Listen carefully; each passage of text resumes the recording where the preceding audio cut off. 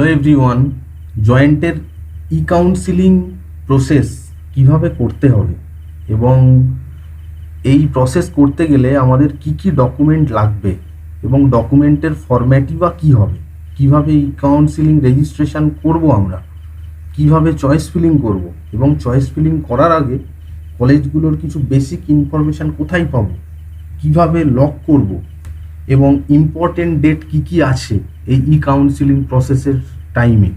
তো সেই সমস্ত কিছু নিয়ে আজকের ভিডিও। তো চলো প্রথমেই শুরু করা যাক। তো প্রথমে আমরা কি করব, এই গুগলের পেজে যাব, সেখানে আমরা কি লিখব, WBJEE দিয়ে এন্টার মারব। ওকে, তো সেখানে প্রথমেই পাবো WBJEEB.nic.in, সেটাতে আমরা ক্লিক করব। এটা West Bengal joint entrance examination বোর্ডের অফিসিয়াল ওয়েব পেজ। ই কাউন্সিলিংয়ের এই অপশানটা খুঁজে পাবে, এখানে তোমরা ক্লিক করবে। ক্লিক করলে তোমরা কাউন্সিলিংয়ের যেটা মেন পেজ, সেই কাউন্সিলিংয়ের মেন পেজে আমরা এসেছি। পরে এখানে প্রত্যেকটা পয়েন্ট ধরে ধরে আমি বলবো যে কোন পয়েন্ট থেকে তোমরা কি কি ইনফরমেশান পেতে পারো। প্রথমেই ওয়েবসাইটের আমি যাই যে তোমাদের কি কি ডকুমেন্ট লাগবে ই কাউন্সিলিং প্রসেস করার জন্য। দেখো এই নোটিফিকেশানটা কি কি ডকুমেন্ট লাগবে তার উপরে।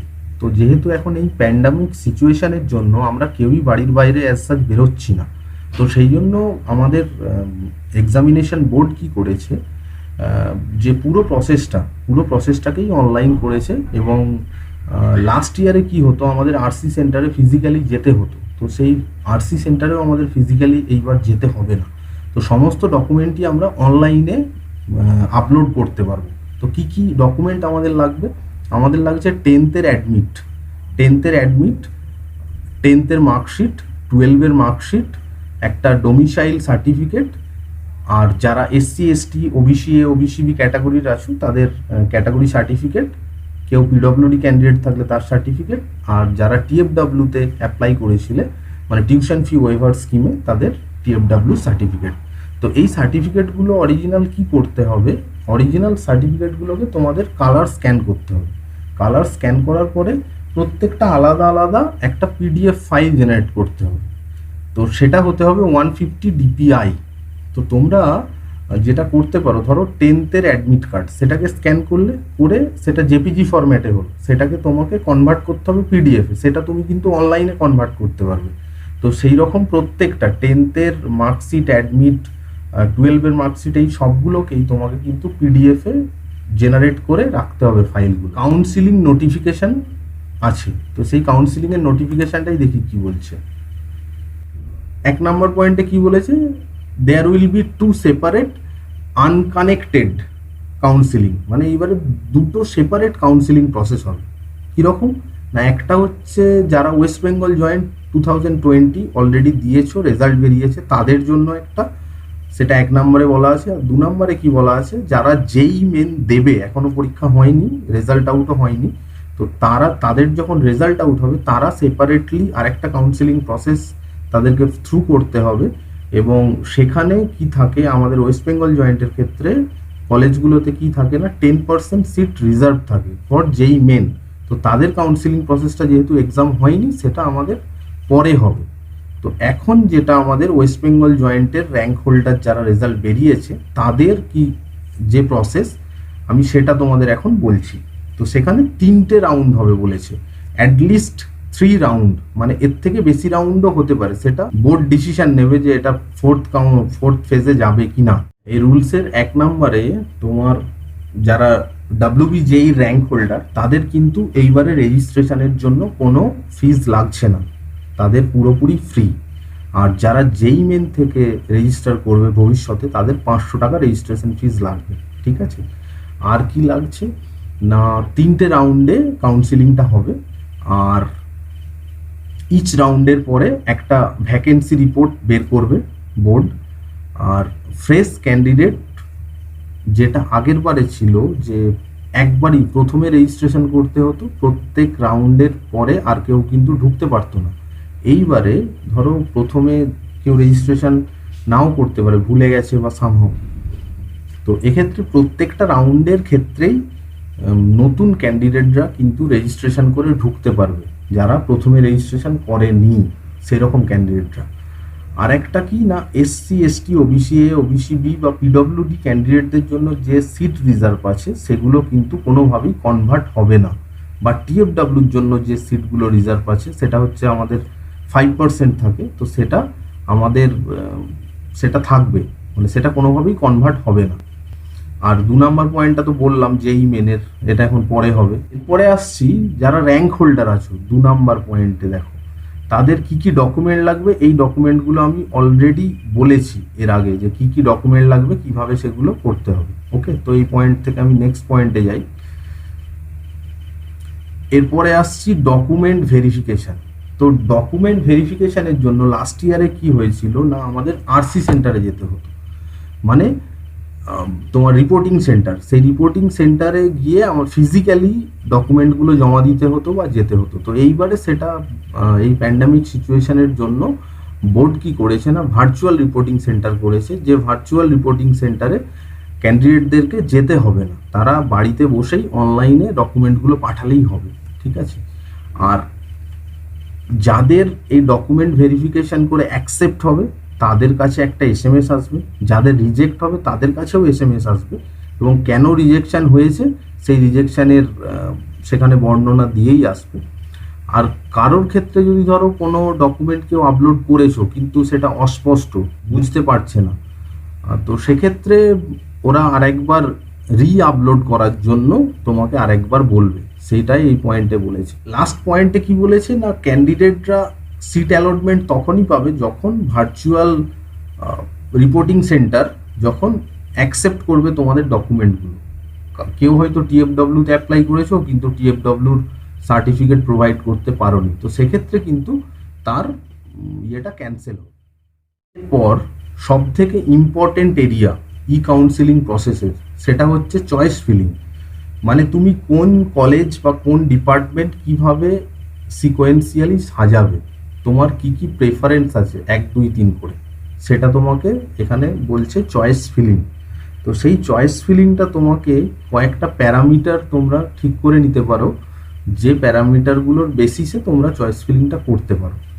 যেমন আমি তোমাদের সাজেস্ট করতে পারি যে তোমরা ডিপার্টমেন্ট ওয়াইজ একটা চয়েস ফিলিং করতে পারো, আর কলেজ ওয়াইজ একটা চয়েস ফিলিং করতে পারো, আর একটা যারা টিএফডব্লিউ ক্যান্ডিডেট আছো তারা টিএফডব্লিউর বেসিসে চয়েস ফিলিংটা করতে পারো। তো আমি কয়েকটা এক্সাম্পল দিচ্ছি, তাহলে আরও ক্লিয়ার হয়ে যাবে তোমাদের কাছে। ধরো কেউ ডিপার্টমেন্ট ওয়াইজ চয়েস ফিলিং করতে চাইছো, মানে কারোর ধরো মেকানিক্যাল তার প্রথম পছন্দ, সে মেকানিক্যাল নিয়েই পড়তে চায়, তো সেক্ষেত্রে সে কী করবে, সেক্ষেত্রে সে ধরো যাদবপুর ইউনিভার্সিটিকে 1 নাম্বার চয়েসে রাখবে, Jadavpur mechanical 1 number, Kalyani government mechanical 2 number, Jalpaiguri government mechanical 3 number. এইভাবে কলেজের র্যাঙ্ক ওয়াইজ বা কলেজের রেপুটেশন অনুযায়ী সে কিন্তু মেকানিক্যাল ডিপার্টমেন্টটা পরপর এইভাবে চয়েস করতে পারে। ঠিক আছে, আরেকটা হচ্ছে ধরো ইনস্টিটিউট ওয়াইজ, যে তোমার কোনো ডিপার্টমেন্ট চয়েস নেই, তুমি ভালো ইনস্টিটিউট পেলে যে কোনো ডিপার্টমেন্ট নিয়েই পড়বে, সেক্ষেত্রে তুমি কিভাবে করতে পারো, সেক্ষেত্রে তুমি করতে পারো যে ধরো যাদবপুরে ধরো 20টা ব্রাঞ্চ আছে, তো তোমার ধরো মেকানিক্যাল 1, কম্পিউটার 2, ইলেকট্রনিক্স 3, এইভাবে দিয়ে তুমি 20 নাম্বার পর্যন্ত যাদবপুরের যতগুলো ডিপার্টমেন্ট আছে সব দিয়ে দিলে, যে তুমি যাদবপুরে যদি পেয়ে যাও। আচ্ছা, তারপরে কি করতে পারো, আর একটা কোনো ভালো কলেজ চুজ করতে পারো যার সমস্ত ডিপার্টমেন্টগুলো তুমি ওখানে দিতে পারো। তো এইভাবে কলেজ ওয়াইজও তোমরা কিন্তু পরপর দিতে পারো, কিন্তু সবসময় মাথায় রাখবে নাম্বার অফ চয়েসটা যেন অনেকগুলো হয়, 150, 200, 300 যা হবে হোক, কিন্তু নাম্বারটা সবসময় বেশি রাখবে। যারা টিএফডব্লিউ ক্যান্ডিডেট আছো তাদেরকে বলবো চয়েস ফিলিংটা খুব সিনসিয়ারলি করতে, কারণ ধরো তোমাকে আমি একটা এক্সাম্পল দিচ্ছি। ধরো কোনো একটা, ধরো জলপাইগুড়ি গভর্নমেন্টের মেকানিক্যাল টিএফডব্লিউ ক্যাটাগরিও থাকতে পারে, আবার জেনারেল ক্যাটাগরিও থাকতে পারে। তো সেখানে তুমি দুটো অপশান পাবে, একটা টিএফডব্লিউ মেকানিক্যাল, একটা হচ্ছে জেনারেল মেকানিক্যাল। তো যারা টিএফডব্লিউতে অ্যাপ্লাই করবে বা চয়েস ফিলিং করবে তারা কিন্তু প্রত্যেকটা কলেজের প্রত্যেকটা ডিপার্টমেন্টের যে টিএফডব্লিউ অপশান লেখা থাকবে ডিপার্টমেন্টের পাশে, সেটা কিন্তু তোমাদের চুজ করতে হবে, না হলে কিন্তু ব্লান্ডার হয়ে যাবে। ঠিক এইবারে চয়েস ফিলিংয়ে কি হয়েছে, মিনিমাম 20 চয়েস তোমাকে কিন্তু রাখতে হবে, সেটা মিনিমাম। ঠিক আছে, ম্যাক্সিমাম তুমি যত খুশি করতে পারো। পরে আমরা আসছি চয়েস লকিংয়ে। চয়েস লকিং আগের বারে কি হয়েছে না, যে ডেটে চয়েস লকিং থাকে সেই ডেটে অটোমেটিক্যালি সিস্টেম চয়েসটা, তোমার যে চয়েসগুলো দিয়েছো সেগুলোকে লক করে দিত। তো এইবারে সেটা কিন্তু হবে না, এটা তোমাদের খুব মাথায় রেখো যে এইবারে চয়েস ফিলিং করার পরে চয়েস লকিংটা কিন্তু নিজেদেরকেই করতে হবে, এটা কিন্তু সিস্টেম থেকে অটোমেটিক হবে না। তুমি যদি চয়েস লকিং না করো তাহলে কিন্তু তুমি ই কাউন্সিলিং প্রসেস থেকে বেরিয়ে আসবে। লকিংয়ের পরে আসছে অ্যালটমেন্ট। এই অ্যালটমেন্টে কি হবে না, লক করার পরে তুমি কোন কলেজের কোন ডিপার্টমেন্ট পেলে সেটা তোমাকে এসএমএস এর মাধ্যমে জানাবে বোর্ড, ঠিক আছে। এরপরে জানানোর পরে তোমার কি করণীয়, সেটা হচ্ছে তোমাকে লগ ইন করতে হবে। করার পরে সেটা তুমি অ্যাকসেপ্ট অ্যান্ড ফ্রিজ করতে পারো সিটটাকে, মানে তুমি ওটাকে অ্যাকসেপ্ট করে নিলে। আরেকটা কি করতে পারো, অ্যাকসেপ্ট অ্যান্ড আপগ্রেড, মানে তোমাকে কি করতে হবে, আপগ্রেডেশনে দিতে হবে নেক্সট ফেজের জন্য। যেটা তুমি পেয়েছো সেটা তোমার হয়তো পছন্দ হয়নি, তাহলে তোমাকে আপগ্রেডেশনে দিতে হবে। আর তুমি কিছু না করলে ওটা তুমি ই কাউন্সিলিং প্রসেস থেকে বেরিয়ে আসবে। এরপরে আসি যে তুমি নেক্সট আপগ্রেডেশন বা অ্যাকসেপ্ট করতে গেলে তোমাদের একটা ফিজ কিন্তু সাবমিট করতে হবে। সেটা আছে 2.5 এই পয়েন্টে। তো যারা গভর্নমেন্ট ইনস্টিটিউটের কোনো ডিপার্টমেন্ট পাবে তাদের জন্য এইবারে ফিজ করেছে বোর্ড হচ্ছে 5,000 রুপিস। আর যারা প্রাইভেট ইনস্টিটিউট বা সেলফ ফাইন্যান্স ইনস্টিটিউটে অ্যালটমেন্ট পাবে তাদের কিন্তু 40,000 ডিপোজিট করতে হবে। আর যদি ডু নাথিং অপশানটা চুজ করো তাহলে the candidate will not be considered for admission in the present cycle, তাহলে তোমার প্রেজেন্ট সাইকেলের জন্য তোমাকে ওরা বাদ রাখবে। এরপরে আসি তোমাদের কাছে আপগ্রেডেশন। এই আপগ্রেডেশন কেন করবে, আপগ্রেডেশন করলে তোমাদের কী লাভ হবে, কিভাবে করবে, তো সেই সমস্ত নিয়ে এই আপগ্রেডেশন স্টেপটা। ধরো তুমি 100টা চয়েস ফিলিং করেছো, 100, তো তুমি 50 নাম্বারটা তোমার ফার্স্ট রাউন্ডে পেয়েছো, তো তুমি 50 নাম্বারটা তোমার পছন্দ না, তো তাহলে তুমি আপগ্রেডেশনে যেতে পারো 1 থেকে 49-এর মধ্যে যে চয়েসগুলো তোমরা দিয়েছো সেখানে। আপগ্রেডেশন দিলে এই 1 থেকে 49-এর মধ্যে যদি কোনো কলেজে বা কোনো ডিপার্টমেন্ট ফাঁকা থাকে তাহলে তুমি কিন্তু সেখানে পেতে পারো। আর যদি না পাও তাহলে আগের যে সিটটা তুমি পেয়েছিলে সেটাই রিটেন থাকবে। আর যদি পাও তাহলে কি হবে, তাহলে আগের সিটটা রিটেন থাকছে প্লাস তুমি আরেকটা সিট পেলে সেকেন্ড রাউন্ডে, তো সেটাও যদি তোমার পছন্দ না হয় তাহলে তুমি আগের চয়েসেই থাকতে পারবে। থার্ড রাউন্ডে যদি তুমি যেতে চাও সেকেন্ড রাউন্ডের অ্যালটমেন্টটা থাকছে প্লাস যদি থার্ড রাউন্ডে আমি কিছু বেটার চয়েস পাই তাহলে আমি সেটাও চুজ করতে পারি, বা আবার সেকেন্ড রাউন্ডে যেটা আমি পেয়েছিলাম সেটাও রিটেন করতে পারি। তো এই হচ্ছে চয়েস ফিলিং আর রাউন্ড 1, রাউন্ড 2, রাউন্ড 3। এরপরে আসি কিছু জেনারেল রুল এই ই কাউন্সিলিংয়ের। 1 নম্বর হচ্ছে উইথড্রল। তুমি এই ই কাউন্সিলিং প্রসেসের মধ্যে তোমার যে কোনো টাইমে যদি মনে হয় যে না তুমি ই কাউন্সিলিং প্রসেসের মধ্যে তুমি যাবে না, বেরিয়ে আসবে, তো তুমি যে কোনো মুহূর্তেই বেরিয়ে আসতে পারো। Next point refund. এই রিফান্ড বলতে ধরো তুমি 5,000 বা 40,000 যে ডিপোজিট করবে, এই অ্যামাউন্ট ডিপোজিট করার পরে তোমার যদি চয়েসেবল কোনো কলেজ না পাও তাহলে তুমি যদি রিফান্ড করতে চাও তোমার টাকাটাকে সেক্ষেত্রেও তুমি করতে পারো, এবং সেটা 60 ডেজের মধ্যে তোমার যে ব্যাংক অ্যাকাউন্টের ইনফরমেশন তুমি দিয়েছো সেই অ্যাকাউন্টে ক্রেডিট হয়ে যাবে। এরপরে আসি জয়েন্ট এন্ট্রান্স এক্সামিনেশন বোর্ড এইবার একটা কি করেছে, প্যান্ডামিক সিচুয়েশনের জন্য common service centre all over West বেঙ্গলে 17,000 কমন সার্ভিস সেন্টার ঠিক করেছে। এগুলো বেসিক্যালি হচ্ছে তথ্যমিত্র কেন্দ্রগুলোই হবে জেনারেলি। তো সেখান থেকে তোমরা ফ্রি অফ কস্টে এই এন্টায়ার ই কাউন্সিলিং প্রসেসটা কিন্তু তোমরা করতে পারবে। হয়তো দেখা যাবে যে প্রত্যেকটা ব্লকে হয়তো 5টা 7টা বা 10টা করে এই কমন সার্ভিস সেন্টার করা হয়েছে। এলিজিবিলিটি তোমরা প্রত্যেকেই জানো যে জেনারেল মেরিট র্যাঙ্ক থাকতে হয়, আর না হলে অল ইন্ডিয়া মেরিট র্যাঙ্ক থাকতে হয় বা AIR র্যাঙ্ক থাকতে হয়, যেটা JEE মেন থেকে আসে।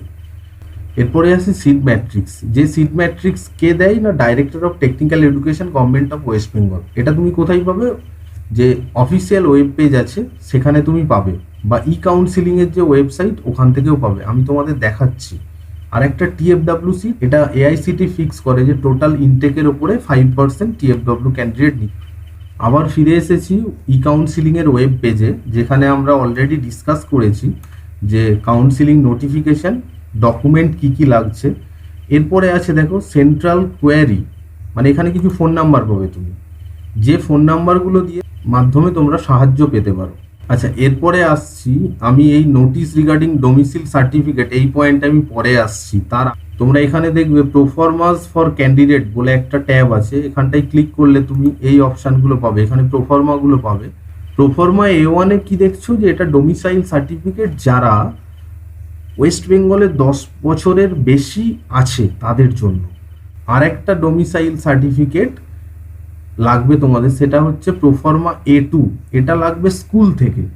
এটা তোমরা যে স্কুল থেকে পাস করেছো সেই স্কুলের হেডমাস্টার মশাইয়ের কাছ থেকে এই সার্টিফিকেটটা তোমাদের সিগনেচার করিয়ে আনতে হবে এই প্রোফর্মাতে। প্রোফর্মা B হচ্ছে যারা যে ক্যান্ডিডেটরা ওয়েস্ট বেঙ্গলে থাকো না তোমরা, কিন্তু তোমাদের বাবা মা হয়তো ওয়েস্ট বেঙ্গলে থাকে, তাদের জন্য প্রোফর্মা B।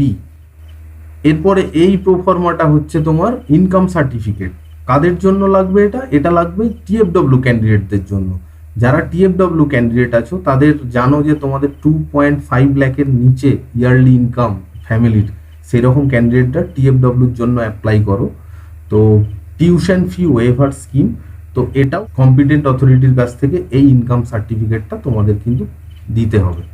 এর পরের প্রোফর্মাটা হচ্ছে ফিজিক্যালি চ্যালেঞ্জ যারা আছো তাদের জন্য, আর যারা ওন স্ক্রাইব নিয়ে এক্সামিনেশন দিয়েছিলে তাদের জন্য। তোমাদের আগের ট্যাবে যেটা দেখাচ্ছিলাম প্রোফর্মা ফর সার্টিফিকেটস, সেখানে তোমরা ডিফারেন্ট প্রোফর্মাগুলো দেখলে ডোমিসাইল সার্টিফিকেটের জন্য। বোর্ড আজকেই একটা নোটিফিকেশন বের করেছে রিগার্ডিং ডোমিসাইল সার্টিফিকেট, এটা একটু দেখে নাও। এটা 13 অগস্ট আজকের নোটিফিকেশন। তো এখানে বলছে যারা ডোমিসাইল সার্টিফিকেট এই প্যান্ডামিক সিচুয়েশনের জন্য কালেক্ট করতে পারছো না সামহাও, তো তারা সেলফ ডিক্লারেশন দিয়ে এখন ই কাউন্সিলিং প্রসেসটা অ্যাটেন্ড করতে পারো। কিন্তু তোমরা যখন কলেজে অ্যাডমিশন নেবে তখন কিন্তু এই ডোমিসাইল সার্টিফিকেটগুলো তোমার ম্যান্ডেটারি। তো তোমাদের এখন কি সেলফ ডিক্লারেশন ফরম্যাট হবে সেটাও এখানে দেওয়া আছে, দেখো এটা হচ্ছে তোমাদের সেলফ ডিক্লারেশন সার্টিফিকেট। তো নোটিশের সমস্ত পয়েন্টই কভার হয়েছে। এরপরে ইম্পর্টেন্ট ইনফরমেশানে যাই, সেখানে প্রোফর্মা ফর সার্টিফিকেট আমরা অলরেডি ডিসকাস করেছি। ইম্পর্টেন্ট ডেটস, এই ইম্পর্টেন্ট ডেটসগুলো দেখো, কবে থেকে কাউন্সিলিং স্টার্ট হচ্ছে, কবে ফার্স্ট রাউন্ড, কবে সেকেন্ড রাউন্ড, কবে লকিং, এই এন্টায়ার ইনফরমেশানগুলো কিন্তু এই ইম্পর্টেন্ট ডেটসের মধ্যে পাবে। তোমরা একটু ভালো করে নজর রেখো ইম্পর্টেন্ট ডেটসগুলো। এরপরে আছে step by step guidelines for registration for counselling.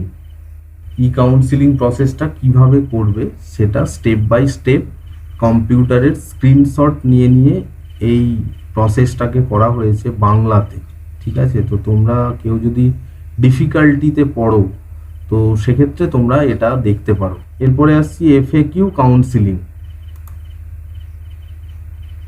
এখানে গেলে খুব কমন জেনারেল কোশ্চেন, সেগুলোর উত্তর সমেত এখানে তুমি পাবে। এই ওয়েব পেজের 3টে পয়েন্ট আমি তোমাদের জন্য লাস্টে রেখেছি। সেই 3টে পয়েন্ট খুব ইম্পর্টেন্ট। কিসের জন্য ইম্পর্টেন্ট না, তোমরা যে চয়েস ফিলিং করবে 1, 2, 3, 4 র্যাঙ্কিং ওয়াইজ, তো সেই র্যাঙ্কিংটা তোমরা কিভাবে ডিসাইড করবে, মানে কোন কলেজকে বা কোন ডিপার্টমেন্টকে তুমি 1 নাম্বার দেবে, কাকে 2 নাম্বার দেবে, কাকে 3 নাম্বার দেবে, সেটা তুমি কিভাবে ডিসাইড করবে। তার জন্য বোর্ডের ওয়েবসাইটে কিছু বেসিক ইনফরমেশান আছে ইনস্টিটিউটগুলোর সম্পর্কে, তোমরা সেগুলোর গাইড নিতে পারো। তার মধ্যে একটা হচ্ছে previous year opening and closing rank. এই ওপেনিং অ্যান্ড ক্লোজিং র্যাঙ্কে যদি তোমরা ক্লিক করো তাহলে তোমরা যে লাস্ট 15 to 19 এতগুলো ইয়ারের যে কাউন্সিলিং হয়েছে তার ডেটা পাবে। আচ্ছা, নেক্সট কোন কলেজের কতগুলো করে সিট আছে এবং কোন ক্যাটাগরির সিট আছে, সেটার জন্য তোমাকে যেতে হবে এই সিট ম্যাট্রিক্স ট্যাবে। এখানে তুমি ক্লিক করলে কি পাবে, প্রত্যেকটা কলেজের প্রত্যেকটা ডিপার্টমেন্ট ওয়াইজ কতগুলো সিট আছে কোন ক্যাটাগরিতে সেটা তুমি পাবে, প্রত্যেকটা কলেজের পাবে। এখান থেকে তোমার একটা বেসিক ধারণা হবে যে তুমি যে ডিপার্টমেন্ট নিয়ে পড়তে চাইছো সেই ডিপার্টমেন্টের সিট কতগুলো আর তোমার র্যাঙ্ক কত, যাতে করে কি তুমি পাওয়ার প্রবাবিলিটিটা তোমার কত, সেই জিনিসটা তোমরা কিন্তু এখান থেকে একটা আইডিয়া করতে পারো। এরপরে চয়েস ফিলিংয়ের আর একটা ইম্পর্টেন্ট প্যারামিটার, সেটা হলো ইনস্টিটিউট ইনফরমেশন। ইনস্টিটিউট ইনফরমেশানে ক্লিক করার পরে তোমার এই পেজটা আসবে, যেখানে তোমার এই ইনস্টিটিউটের নাম থাকবে। এখানে দেখো 3টে করে ট্যাব আছে। একটাতে আছে ওয়েবসাইট, মানে এটাই ক্লিক করলে তুমি ওই কলেজের ওয়েবসাইটে ঢুকবে। বেসিক ইনফরমেশান, এটাতে ক্লিক করলে ওই কলেজের বেসিক ইনফরমেশান পাবে। আর এখানে আছে ভিউ এভি লিঙ্ক, মানে এখানে ক্লিক করলে তুমি ইউটিউবের একটা ভিডিও দেখতে পাবে ওই কলেজের। আশা করি তোমরা প্রত্যেকে ই কাউন্সিলিং প্রসেসটা বুঝতে পেরেছো। যদি কোনো ডিফিকাল্টি হয় তোমাদের, তাহলে তোমরা কমেন্ট করে জানাতে পারো, বা ভিডিওটা কেমন হলো সেটার উপরে একটা কমেন্ট করতে পারো। আর যদি তোমাদের এই ভিডিও কাজে লেগে থাকে, তাহলে তোমার বন্ধুরাও যাতে উপকৃত হয় সেই জন্য তাদেরকে শেয়ার করো।